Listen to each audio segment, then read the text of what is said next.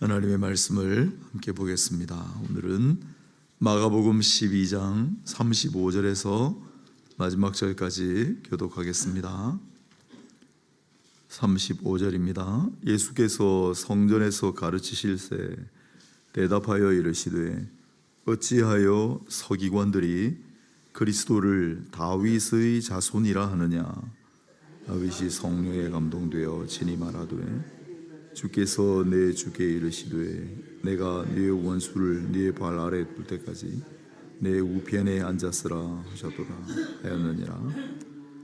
다윗이 그리스도를 주라 하였은즉 어찌 그의 자손이 되겠느냐 하시니 많은 사람들이 즐겁게 듣더라. 예수께서 가르치실 때 이르시되 긴 옷을 입고 다니는 것과 시장에서 문안받는 것과 회당의 높은 자리와 잔치의 윗자리를 원하는 서기관들을 삼가라. 그들은 과부의 가산을 삼키며 외식으로 길게 기도하는 자니 그 받는 판결이 더욱 중하리라 하시니라. 예수께서 헌금함을 대하여 앉으사 무리가 어떻게 헌금함에 돈 넣는가를 보실새 여러 부자는 많이 넣는데 한 가난한 과부는 와서 두 렙돈 곧 한 고드란트를 넣는지라.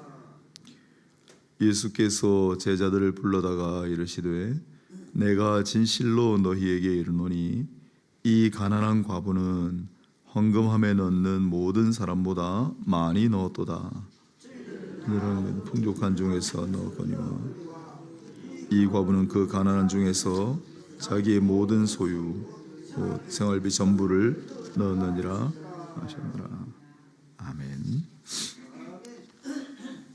오늘은 다윗과 과부의 공통점이라는 제목으로 함께 말씀을 생각해 보도록 하겠습니다. 너무나 많이 듣고 너무나 많이 보았던 말씀이기 때문에 아마 다 아시는 내용일 텐데 다윗도 나오고 또한 과부도 나옵니다. 무슨 공통점이 있을까 한번 생각해 보시겠습니까?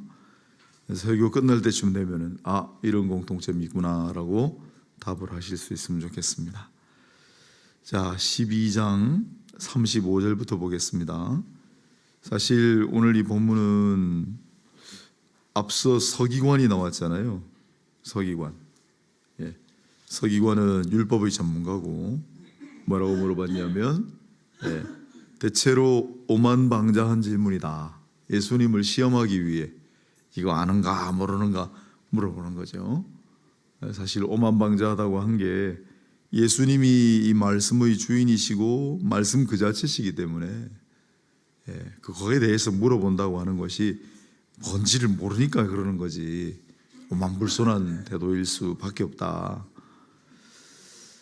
가장 전문가에게 그 전문가가 쓴 책도 있는데 거기에 대해서 막 물어보는 자체가 얼마나 어리석은 일인가 하는 것을 생각해 보시면 금방 아시게 됩니다.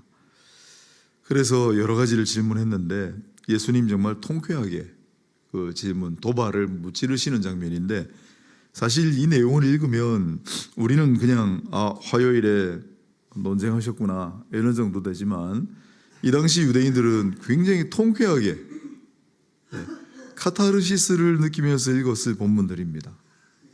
대단한 척하는 사람들이 예수님 앞에 와가지고 예수님을 무릎 꿇으려고 복잡하고 희한한 질문들을 해도 예수님 전부 그걸 통쾌하게 무찌르시는 장면이니까 쾌감을 느끼게 되는 그런 본문이거든요.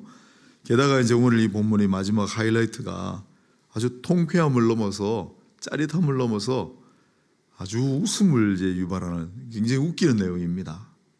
유대인들이 아마 오늘 예수님이 설교를 듣고 배를 잡고 떼굴떼굴 굴렀을 거예요.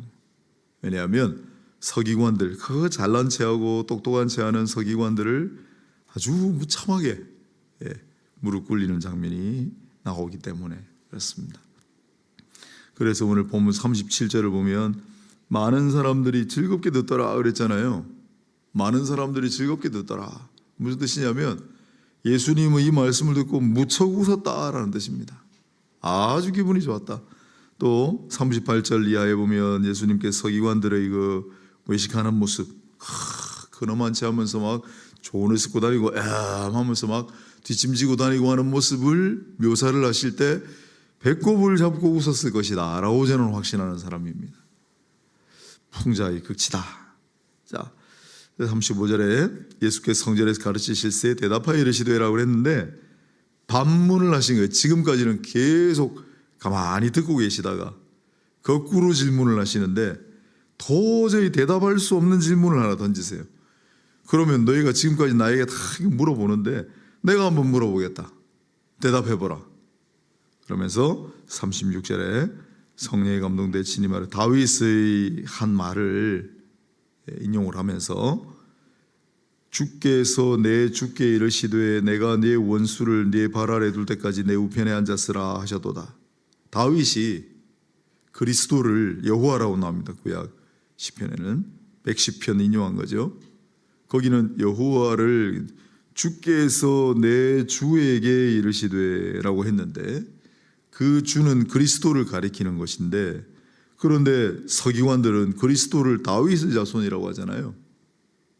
그런데 정작 본인은 다윗은 그 그리스도로 해석되는 이를 내 주라고 불렀어요. 시편 110편만 아니고 시편 16편에도 나오고 다윗은 그리스도를 내 주라고 불렀어요. 자기 자손이라고 부른 일이 없습니다. 그런데 서기관들은 어찌하여 주님을 그리스도를 다윗의 자손이라고 부르느냐? 좋다. 다윗의 자손이라면 정작 다윗 본문은 왜 그 자손을 주라고 하느냐? 이게 뭐 때문에 이런 건지 한번 대답해보라. 아무도 얘기 못해요. 어떻게 알겠어요? 그때 예수님께서 답을 해주시는 장면이 다윗이 성령에 감동되어서 말한 것이다. 그래서 하나님의 말씀이 성령의 감동으로 기록됐다는 것을 예수님께서 친히 공식적으로 밝히시는 본문이기도 해요. 다윗이 어떻게 그런 말을 할 수 있었는가? 성령에 감동되어 그랬다. 다윗이 어떻게 그리스도 자기의 자손으로 오실 이를 주라고 부를 수 있고 알 수 있는가? 성령이 가르쳐 주셨다는 거예요. 그러면 뒤에 이제 이 여인도 이야기할 텐데, 이 과부도 어떻게 이렇게 탁월하고 훌륭한 신앙을 보일 수 있는가? 성령께서 그렇게 하셨다라고 답할 수 있어야 되는 거죠. 이 과부도 자기의 전 재산을 넣었느니라. 탁월한 신앙입니다.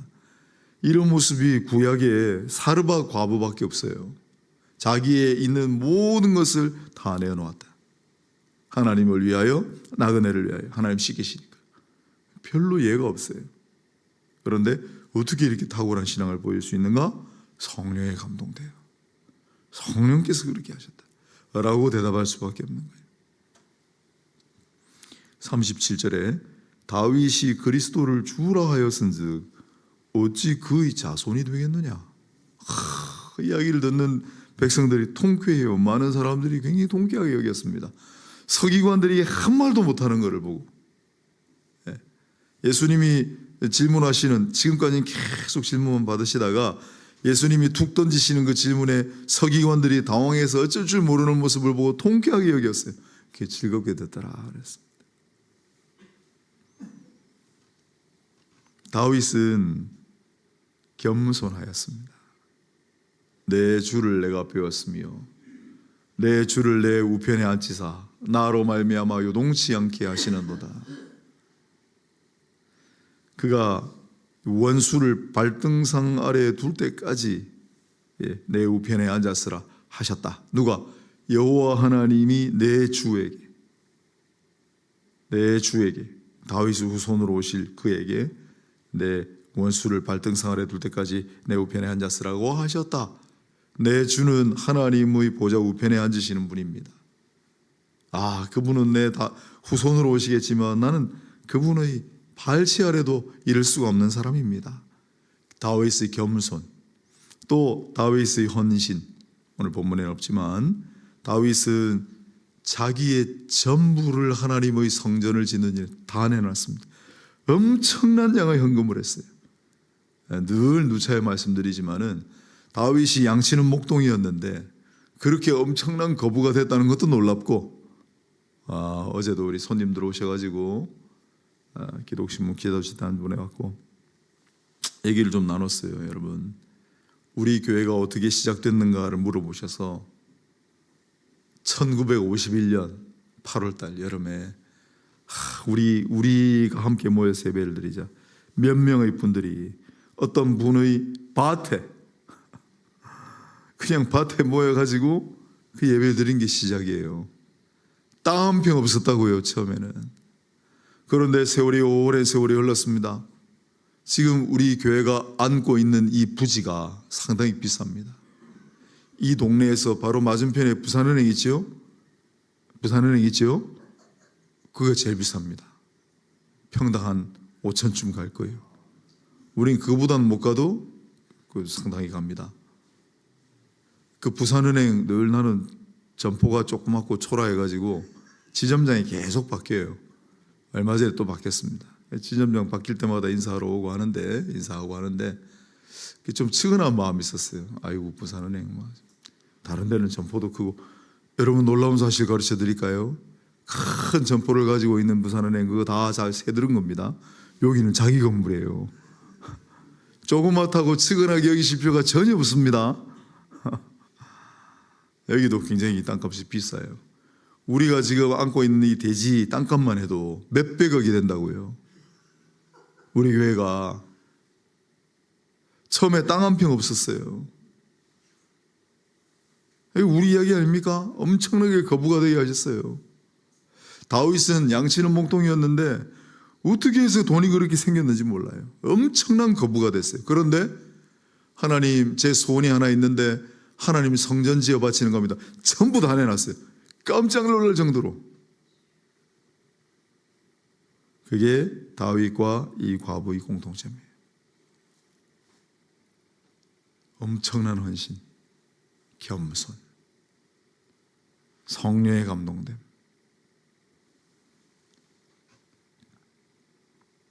그거와 극명하게 대비되는 사람들이 서기관들입니다. 긴 옷을 입고 다니는 것과 시장에서 문안받는 것과 하고, 긴 옷을 입고 다닌다는 것은 긴 옷을 특별히 좋아해서가 아니라 딱 구별되는 옷. 멀리서만 봐도 저분 서기관이네.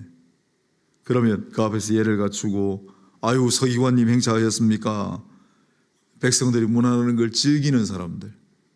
좋아요. 물론 존경받을 만하고 위엄을 갖춘 사람들이 그런 대접을 받는 것은 괜찮습니다. 아름다울 수 있습니다. 그러나 이들은 회당의 높은 자리와 잔치 윗자리를 늘 원하지만은 40절에 결정적인 단어가 나오죠. 과부의 가산을 삼키며 외식으로 길게 기도하는 자다. 위선적인 자들이다. 본인이 위선적인 것 자체도 굉장히 문제인데, 왜냐하면 사람들을 호도하기 때문에. 그런데 이들은 적극적으로 과부의 가산을 약탈하고 빼앗는 사람들, 그래서 자기의 배를 채우는 사람들, 혹독한 판결을 받으리라고 예수님께서 말씀하시는 사람들이에요. 이 사람들은 겸손을 몰라요. 교만합니다. 순수한 신앙이 아니라 아주 위선적인 신앙을 가지고 있습니다. 헌신 없어요. 자기의 것을 다 팔아 남에게 베풀고 나누어 주고가 아니라 다른 사람의 것을 다 끌어들이고 약탈하여 자기 배를 채우는 사람들이에요. 자, 헌금 받는 장면을 예수님께서 물끄러미 보십니다. 헌금함을 대하여 앉으사 무리가 어떻게 헌금함에 돈 넣는가를 보실새 여러 부자가 많이 넣었는데, 부자들이 많이 넣었습니다. 훌륭한 신앙입니다. 잘했습니다. 그런데 한 과부를 보는데 와서 2렙돈 곧 한 고드란트를 넣는지라. 예수께서 제자들을 불러 진실로 이르는 이 과부가 모든 사람보다 많이 넣었다. 다른 사람은 풍족한데 많이 넣었지만은 이 과부는 생활비 전부, 자기의 소유 전부를 넣었느니라 칭찬하시는 대목이 등장합니다. 여기에 고드란트라는 말, 지난번에 한번 제가 이 부분에 대해 설교를 했는데 아마 다 잊으셨을 테니까, 고드란트는 쿼드런트, 오늘날도 쓰는 말하고 어원이 같습니다. 4분의 1이라는 뜻이에요. 4분의 1. 고드란트, 쿼드런트 4분의 1. 뭐의 4분의 1인가? 아사리온의 4분의 1이에요. 아사리온은 그러면 어떤 돈인가? 여러분 잘 아시는 대로 마태복음 10장 29절에 참새 2마리가 한 아사리온에 팔리지 않느냐? 참새 2마리 값이 1아사리온이에요. 참새 2마리 값이 1아사리온이에요. 그런데 그 1아사리온, 그게 이제 하루 일당 1데나리온이 하루 일당이에요. 1데나리온의 16분의 1에 해당하는 값이에요. 1아사리온을 가지고 그 당시 흔해 빠진 참새 2마리를 살 수 있어요. 그런데 그 1아사리온의 4분의 1이 고드란트예요. 얼마나 보잘것없는 돈이에요. 그러니까 우리가 들고 다니는 주머니 뒤지면 짤랑하고 떨어지는, 신경도 별로 안 쓰는 동전에 해당하는 걸 거예요. 그 1고드란트, 그 고드란트가 이 여인이 가지고 있는 전부예요. 2렙돈에 해당해요. 왜 2렙돈 곧 1고드란트라고 했는가?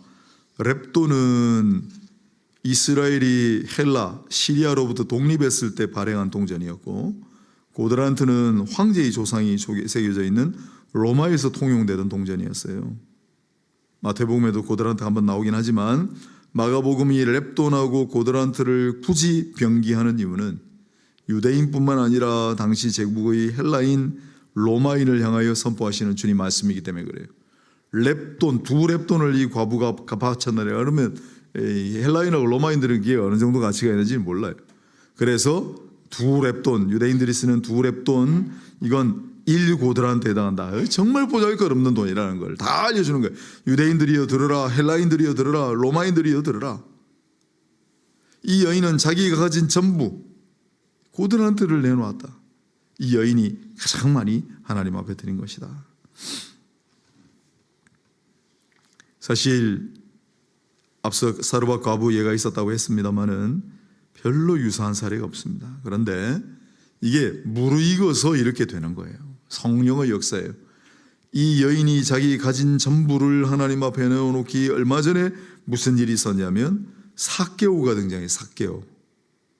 이건 지금 예루살렘에 들어오셔서 일주일 동안에 있는 화요일 날 일어난 일이라고 그랬고, 예루살렘에 들어오시기 직전에 예루살렘의 관문에 해당하는 여리고성에서 있었던 일이 삭개오 사건이잖아요. 삭개오는 자기 재산의 전부를 내놨습니다.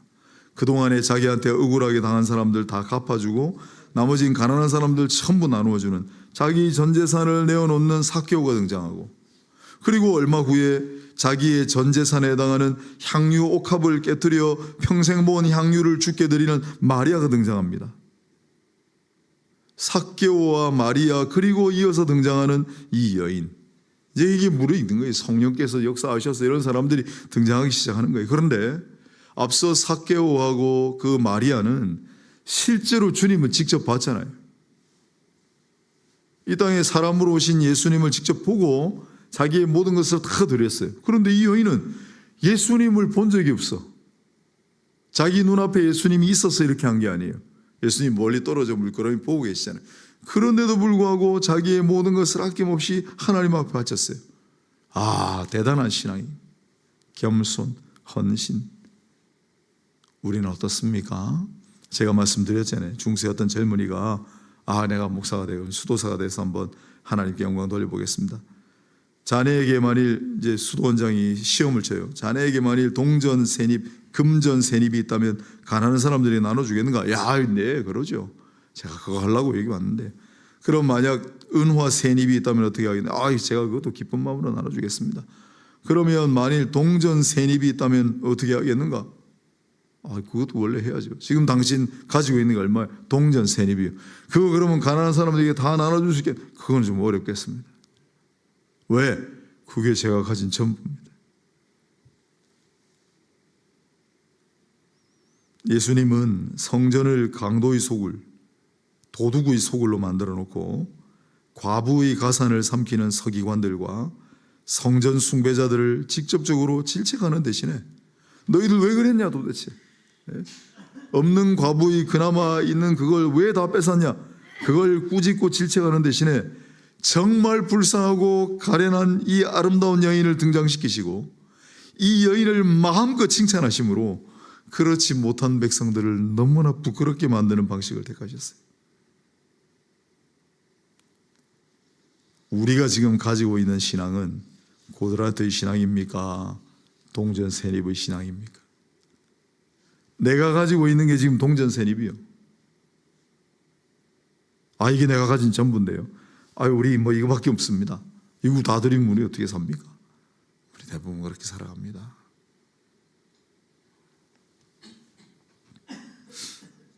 여러분, 더 놀라운 사실은 이 가난한 여인의 고드란트, 이 신앙은 유대인 사회뿐만 아니라 그 당시의 모든 사회를 엄청난 충격파로 뒤흔들어 놨습니다.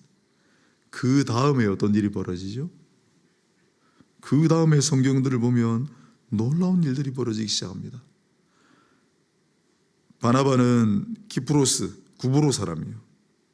그런데 바나바를 비롯해서 구브로 사람, 바나바를 비롯해 수많은 사람들이 자기의 전 재산을 아낌없이 내놓기 시작합니다. 사도행전 2장, 4장. 오히려 그렇지 않았던 아나니아와 삽비라 다 내어놓아야 되는데 얼마를 숨겼다가 죽임을 당했잖아요. 그게 정상인 듯이 보이는데 이상하게 초대교회에서는 모든 재산을 다 아낌없이 내놓는 게 정상처럼 보이고, 그렇지 않은 사람이 벌을 받는 희한한 현상이 벌어지기 시작해요. 이게 바로 이 여인, 이 고드란트의 이야기가 영향력을 끼친 놀라운 파급력이었습니다. 그리고 교회에서는 그렇게 많은 고드란트를 다 내어놓은 사람들, 그 고드란트들 비록 작은 것이지만 모이니까 큰 돈이 됐어요. 그걸 가지고 뭘 했습니까? 헬라인, 유대인 구별하지 않고 과부를 돌보고 고아들을 돌보는 사역을 했습니다. 이 가난한 여인이 내놓은 고드란트는 수많은 사람들로 하여금 자기 모든 소유, 생활비 전부를 내놓게 했고, 불쌍한 과부와 어쩌면 그 가정에 딸려있는 아이들과 노인들을 돌보고 살리는 일에 귀하게 쓰임받았습니다. 이제 우리 자신과 이 시대 교회를 돌아보길 원합니다. 우리는 습관적으로 주님, 주여 하고 있지는 않습니까? 이 말은 그리스도께서 나의 주인이시고 나의 모든 것은 주를 위해 존재한다는 뜻입니다. 내 모든 가진 것을 포함하여. 그것이 바로 고드란트 두 렙돈의 신앙입니다. 주님은 그런 귀한 고드란트들을 모아서 고아와 과부와 노숙자와 이주민과 장애인 등 교회가 돌보고 섬기는 일을 원하십니다. 우리는 지금 거대한 격변기에 있습니다. 그 가운데 건강을 잃고 가정을 잃고 실직하고 희망을 상실한 사람들이 많습니다. 주님은 그들을 위한 한 고드란트를 찾고 계십니다. 그로 말미암아 일어날 하나님의 나라의 사역을 기다리고 계십니다. 그러한 성도와 교회로 거듭나는 역사가 일어나기를 소망합니다. 쉽지 않습니다. 우리 하나님 은혜를 많이 받아가지고 수백억 대의 재산을 가진 교회가 됐습니다. 이걸 아낌없이 하나님 나라와 가난하고 어려운 사람들 위해 기꺼이 내어놓을 수 있겠습니까? 이 교회가 우리 하나님 은혜를 많이 받아서 상당히 적지 않은 재산을 가진 사람들로 이 자리에 다 있습니다. 하나님 은혜인 줄 알고 이걸 하나님 나라와 어려운 자들을 위해 기꺼이 다 내놓는 고드란트의 신앙으로 살아갈 수 있겠습니까? 기도하겠습니다.